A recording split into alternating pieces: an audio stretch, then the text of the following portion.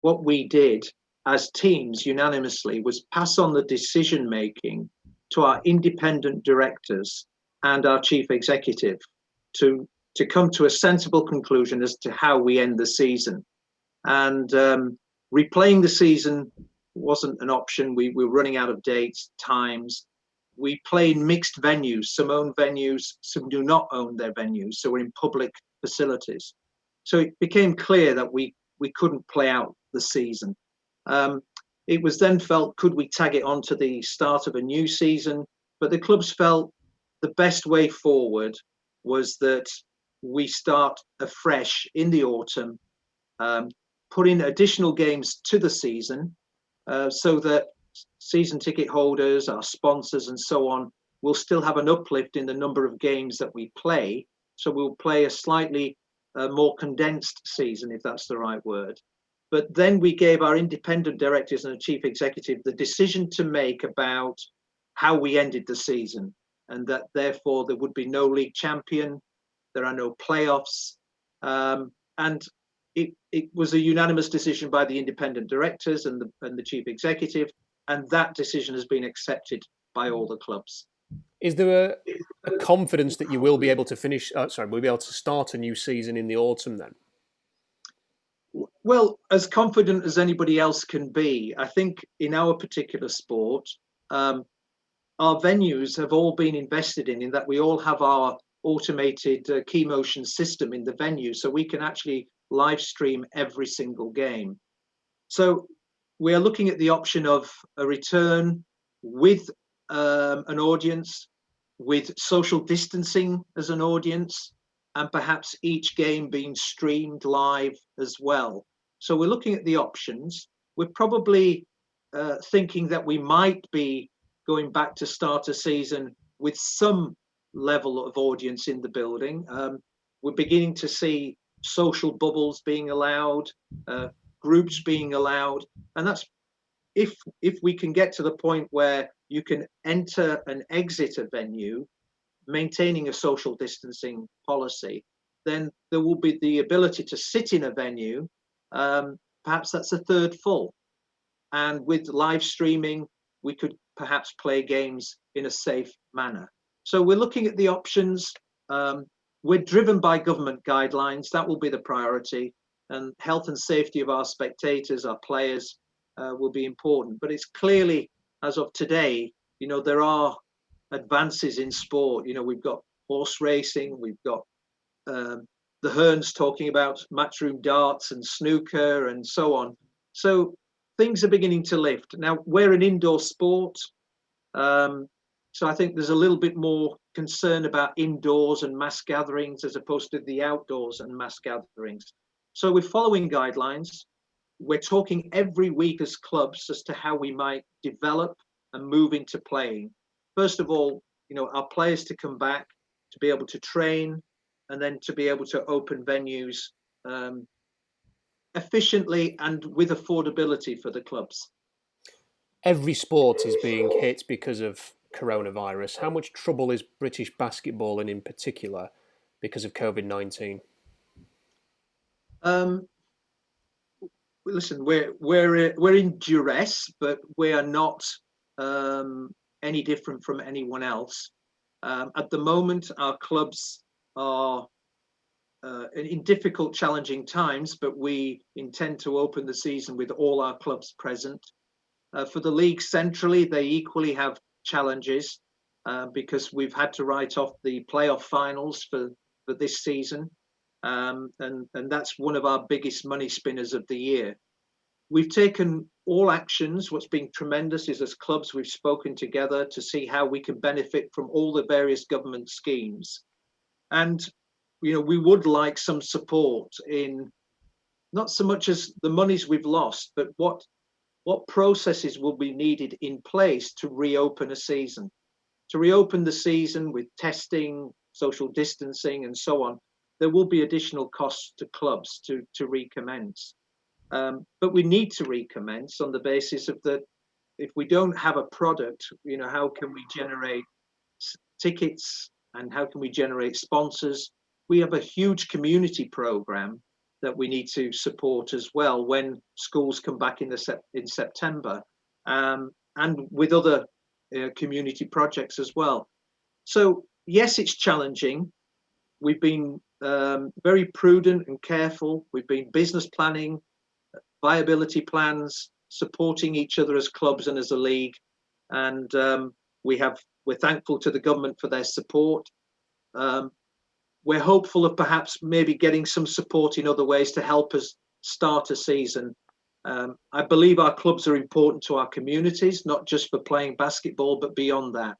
And that's what we're concerned about. Will the extra support, from what you're mentioning there, the extra support, can that come from a body of sorts, a governing body? Could it come from, is it going to have to come from the government? Or is it, I saw Surrey earlier mentioning that they're going to have to rely a lot on the communities and the fans to help out here, or is it a combination of those things to try and find the money that the sport needs in this country? Yeah, it's a combination, and some clubs find themselves in different positions because we're not owned by one financial model. We have two universities, Surrey and Worcester, so they have universities backing them. We have two clubs who have built their arenas and perhaps are feeling, well, we know they're feeling the problem much bigger than those who don't own their facilities. For once, it's not an advantage. And then there is the likes of Bristol, who are owned by a big sporting club who are much more resilient. So there are different models out there and everybody's affected differently. So we can make and have made approaches to our sporting organisations, such as UK Sport. Well, it's the Department for Culture, Media and Sport who then fund UK Sport and Sport England. And we have made our approaches to them and sensibly having a discussion with them as to how they might help. We're not a soccer, we're not football, we're not rugby union. We don't have huge sums of money. We have no television contracts. So we really do need some support. Without it, life will be challenging, but we hope to make it through. But the way that you're speaking, Yuri, it certainly suggests that there's at least some positivity or confidence that this isn't going to be the end of basketball in Britain. No, it won't be the end of basketball in Britain. We are confident, as I said, that all our clubs will be there. I think the more challenge is not knowing how you plan for the future. Because we're not public sector supported organisations, we are private. In the majority, we're commercial entities. And so how to plan for a reopening, what costs will we be faced with, what unknowns are there, it makes it more difficult. So when we're hesitant about what is it that we're actually opening with. So if things don't go the way we hope, and that suddenly that the season has to be suspended until January, then that presents a bigger challenge. But as we announced today, we hope for an autumn start. We're not specifying which day because we need to see the government's guidelines and follow those. So we feel we have a resilient future. All our sponsors, our partners and organisations are being very supportive. It's trying to get back onto court sensibly, and it would be enormously helpful if we were to receive some support from the governing body authorities in the UK, because we're not deep pockets, but we're trying to act immensely responsibly, and we've been very blessed with very supportive fans, not just our club, but across all the clubs. And a streaming service, perhaps, whereby you can buy a ticket and watch from home to help the sport survive. Is that a very viable plan to support the BBL when the season eventually does restart? And that's currently being examined now, because again, with us not all being in the same venues in terms of who owns them and how they're operated, we're having to look at all those different aspects. So what we're trying to find out is if every club can start with that in mind.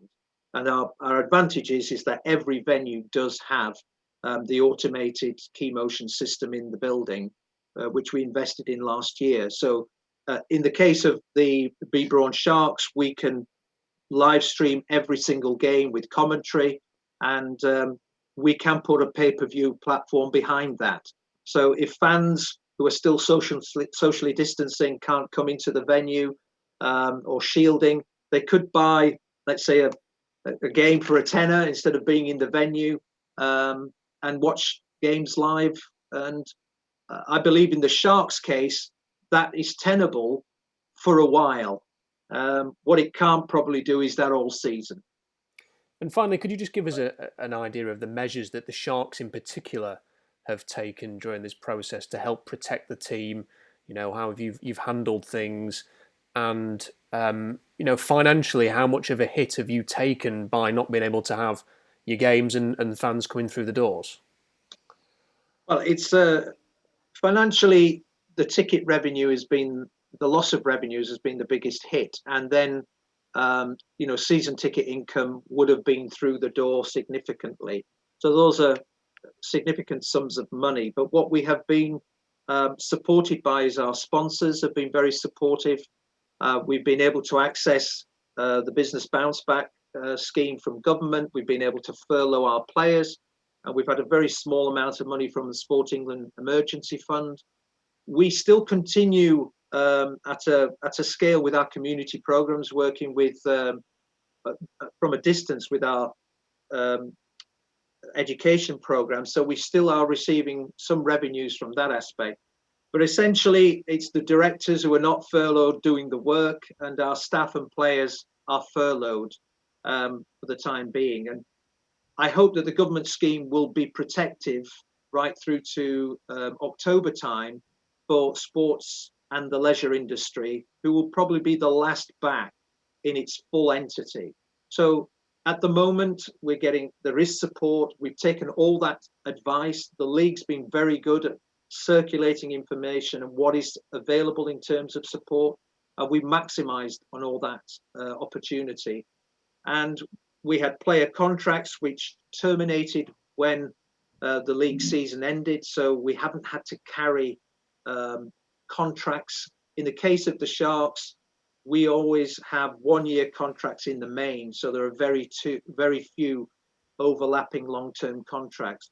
So we've been prudent in our business planning, which makes us resilient. But you know, you can't have a company which is what it says on the tin, we play basketball, and you're not playing basketball for very long. So, you know, we need basketball to restart, like we need hotels to reopen. We need our venues to open to the public. And then we have a business that can be sustainable. Without that, it's a very big challenge.